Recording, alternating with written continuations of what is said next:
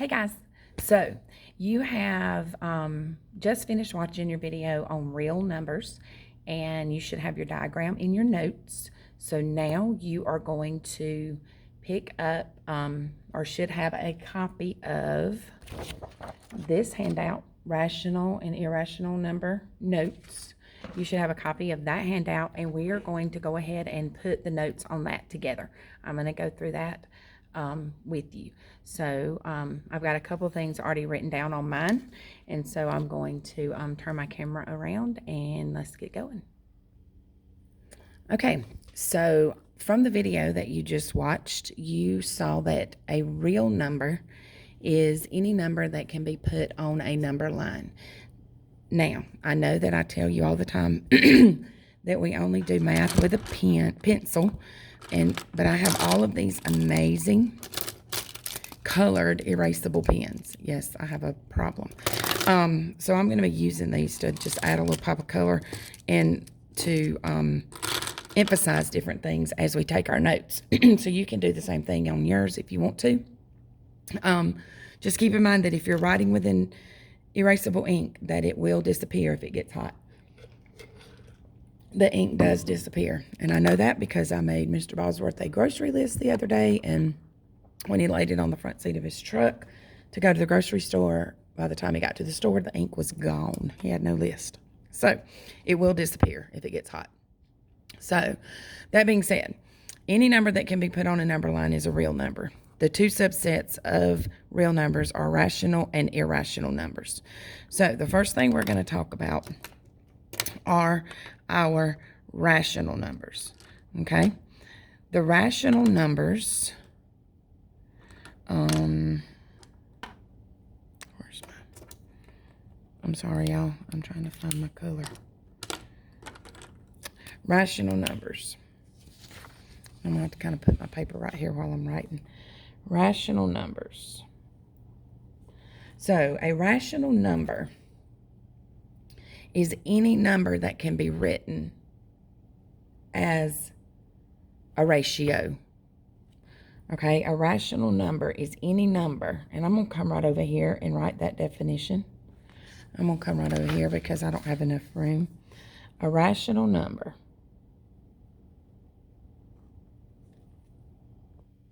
Okay, so a rational number, any number that can be written as a ratio of two integers and the denominator is not 0. Okay, so that is what a rational number is. A number that can be written as a ratio of two integers and the denominator is not 0. Now, because I want to make sure that we have all of this vocabulary and that kind of stuff in our heads, right, we're going to now look at the word ratio. Okay, so ratio. What is a ratio? All right. Okay, so what's a ratio? A ratio is a comparison of two numbers using division. So x, and then when I do my division bar, I like to just kind of do that right there. That helps me remember that this is division. Basically, it's a fraction. A ratio is a fraction, okay? So now, so we know, so we could say a number that is written as a fraction, okay? A fraction. Now, with that being said, what is an integer? This color may not be dark enough. All right, so an integer is a set of whole numbers and their opposites, and you should know that from the last unit that we just did. So an integer is a set of whole numbers and their opposite. Okay. All right, so the types of decimal numbers that are rational. There are two types of decimal numbers that are rational. One is called a terminating. We have terminating.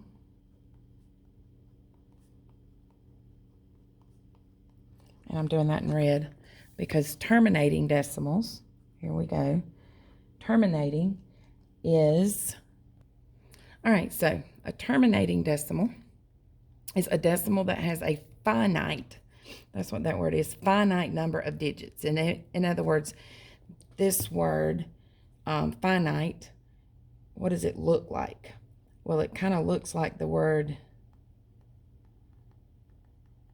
definite, right? Definite number of digits. It divides evenly with no remainder, or it stops. It terminates. The terminator, okay? It stops.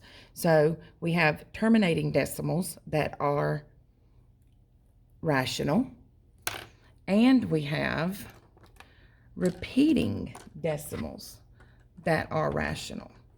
We have repeating decimals that are rational. So we have terminating and we have repeating. Our repeating decimals. Okay, so what are repeating decimals? Okay, so a repeating decimal has one or more digits to the right of the decimal point that repeat indefinitely. So one or more digits to the right that repeat indefinitely, and the repeating digits will be identified with a line like this, not with the quotations, but just a line above the digits that repeat. So indicators that a number will be rational. Indicators that a number will be rational. I'm going to go back to my orange. We have any number that is a fraction. And a fraction, look at there, has that bar right there. You see that? All right. What about any negative number?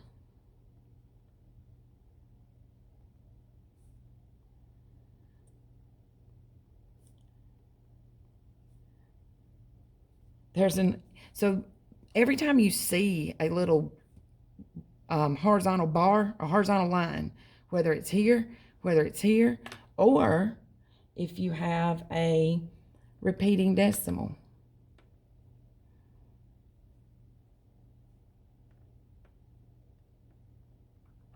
If you have a repeating decimal, there's three different ways, three different types of rational numbers, and they all have some sort of horizontal line in their number. And that is not anything mathematical. That is just one of those patterns that I saw. But if you see a fraction, it does not matter what it looks like. If it is a fraction, it is rational. If it is a negative number, it is rational. If it is a repeating decimal, it is rational. Also, you have your positive numbers are rational. Your perfect square roots are rational, and we're going to do a little bit more with that in just a minute. But all of these things are, but that horizontal bar is one of those indicators that you've got a rational number. Okay, so now let's talk about irrational. Okay, so irrational numbers. Irrational numbers are non-terminating, non-repeating decimals. Non-terminating, non-repeating. That's kind of like all one category. These are decimals that have no finite number of digits. In other words, they have no definite number of digits and have no digits that repeat indefinitely. There is no repeated pattern. So there's no pattern of a repeat. Okay? Now, indicators that a number will be irrational. Just like up here where the rational numbers and the repeating decimal has this bar, a non-terminating, non-repeating decimal is going to have a dot, dot, dot at the end. It's going to have a dot, dot, dot at the end, okay? That number is irrational. If you see the pi symbol, that is irrational. Non-perfect roots are irrational. Roots like the square root of 10. The square root of 10 would be irrational. Okay? So let's write down a few more examples of rational numbers. So here's some rational number examples. things like the number 6, the number -8. Any positive number, any negative number is rational. Any fraction is rational. Repeating decimals are rational. Terminating decimals are rational. Perfect squares, the square roots of perfect square numbers are rational. Okay? Irrational numbers, the pi symbol, any number that has a ... at the end, meaning that it is non-terminating, non-repeating,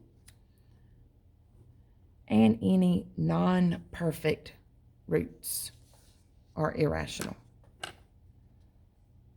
Okay? Now, any other question? You can't ask me questions, but if you have questions, make sure you make a note of those. We're going to move on to something else. Make sure you get all of these notes. I will have this paper posted in Google Classroom for you to go back and copy from if you need to. Make a note of any of your questions so that you can come, so that when we talk about this, you can ask. And we will move on into categorizing some in our next video. See you in a minute. Bye.